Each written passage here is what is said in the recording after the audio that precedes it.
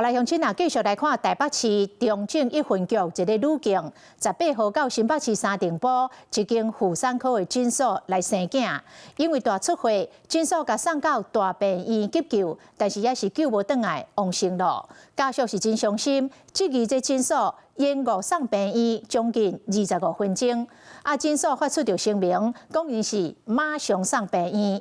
總統賴清德早起到靈堂哀悼致意，而且指示相關的單位協助調查，先予家屬一個真相。總統可以上香的嗎？表情嚴肅，總統賴清德透早出現佇民眾會館，甲生產了後病危不幸身亡的姓陳的女警念香。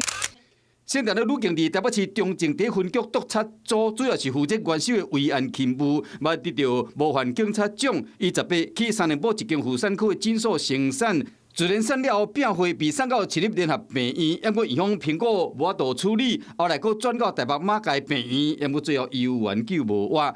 伊的查某囝嘛，因為腦部缺氧有傷到，被送到加護病房。家屬質疑講，診所延誤送醫，趕了將近25分鐘。姓陳女警的查某孫仔嘛，被看到講，佇進香的過程中有掛一個牌仔，加白沙屯媽祖戲院，為阿姑甲表妹祈福。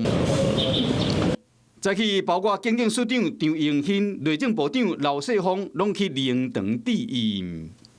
那家屬會認為說他們必須要有個真相。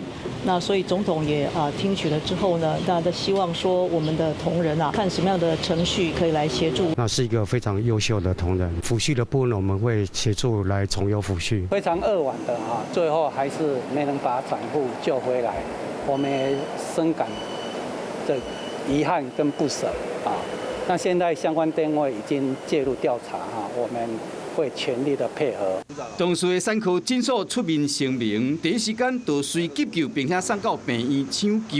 因為診所敢有牽涉到疏失，檢方除了在後禮拜會上驗遺體，嘛已經查考病歷、監視器等相關的證據，要調查死亡的真相，和家屬一個交代。